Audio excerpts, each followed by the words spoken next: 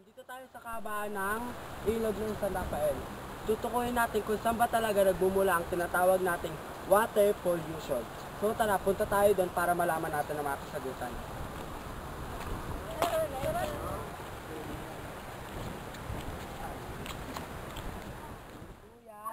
Roger, tatanungin natin ng mga ilang details para malaman natin tungkol dito sa ilog ng San Rafael.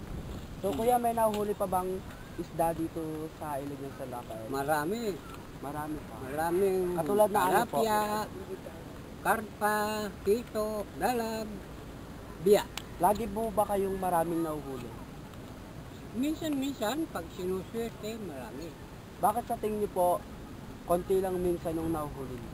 Kasi, pinasadahan ng kuryente. Pinapasilaan ng kuryente. Yun, salamat po kuya Okay. sa pag-interview. Salamat. Salamat po. At pinakita niya yung mga nahuhuli ng isda. So kuya Reggie, ano ba yung tawag dito? Biya. Ano mga karaniwang luto dito sa biya? Prito, sinigang, halabos, yan.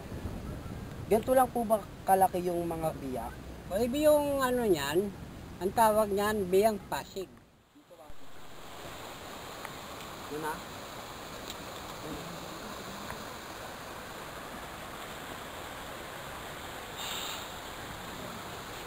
Yun.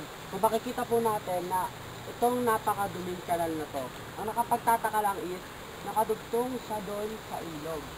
So, isa yung dahilan kung bakit nagiging polluted. Kasi kung makikita natin, maraming basura dito. So, yun. Tingnan natin kung meron pang mangilang-ilang naliligo dito sa ilog ng San Rafael. Tara, tingnan natin.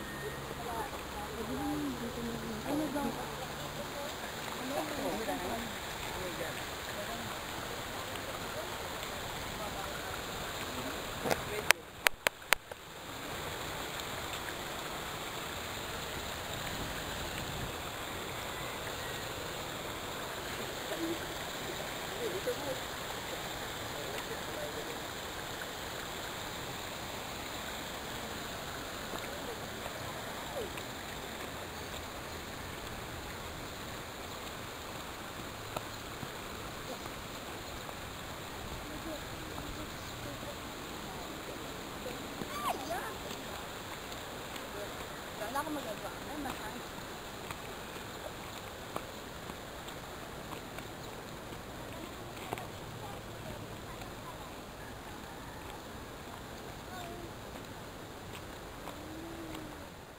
Ang tubig. Ang sabi nila, mabubuhay ka kahit ito lang ang hawak mo. Ngunit, paano ka mabubuhay kung ang dapat mag-alaga ay siyang sumisira nito? Ako nga po pala si Malo Silvia para sa iDocument. There you go. Ngayon ay pupunta tayo sa mga kababayan natin ay doon sa bandang yun. At aalamin natin kung ano, yung mga problema nila sa pangkalusugan o health problem. So, magbibigay sa lugar.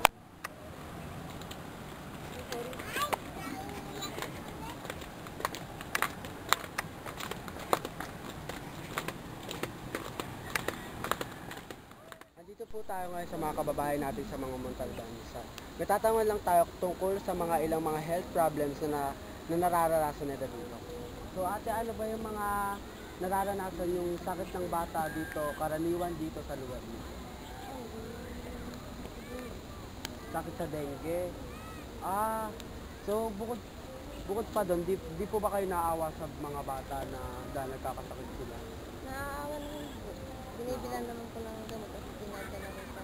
Pag hindi kaya ng gamot, dinadala ko. O yun, oo nga po. Katulad po ngayon, buntis kayo. Ano pong balak nyo pag sakaling sumakit po at saka lalabas na po yung baby nyo?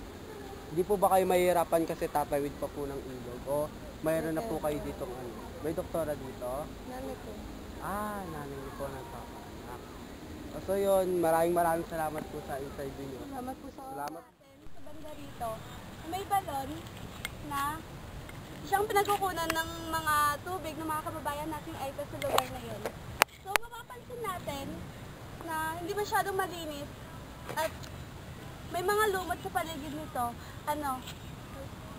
May mga problemang pangkalusugan pwede nilang makuha dito katulad na lamang ng diarrhea.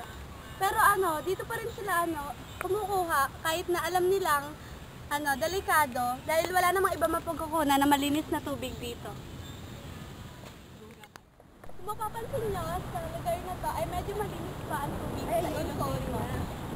Pero nung mga nagdaang bagyo ay lubang napakadumi ito at nagdulot ng mga baha. Pero sa mga gantong lugar ay nagdudulot pa rin ito ng mga sakit katulad na lamang ng leptospirosis na nakukuha sa ihi ng daga na halot sa tubig na ating tatapak. Dito na po nagtatapos ang aking dokumentaryo tungkol sa problemang pangkalusugan o health problem.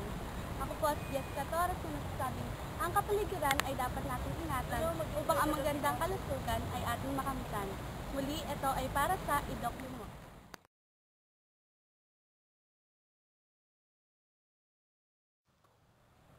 Isang magandang araw sa inyong lahat.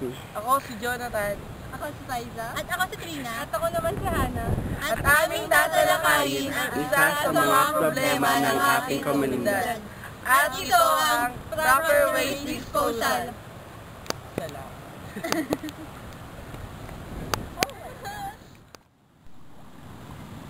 Plastic. Sa itong non-biodegradable material na milyon-milyong taon ang iipunin upang mabulok lang ito.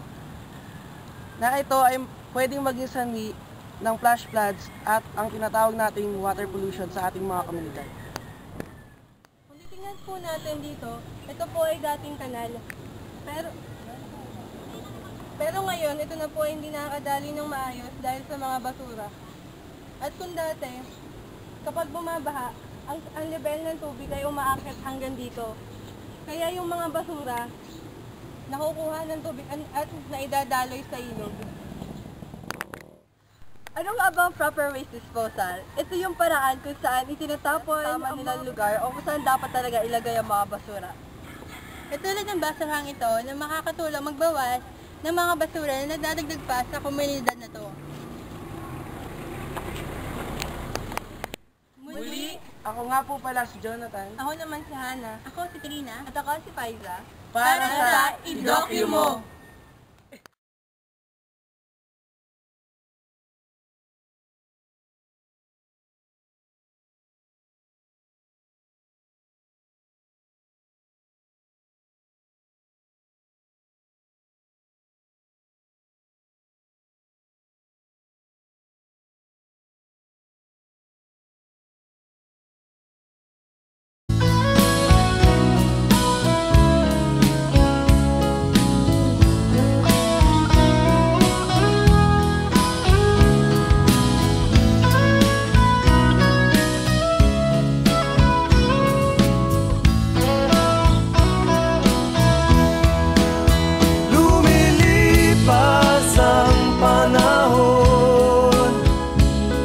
Kabiyak ng ating gunita, ang mga puno't halaman, bakit kailangang lumisan? Panapanahon ng pagkakataon, may babalik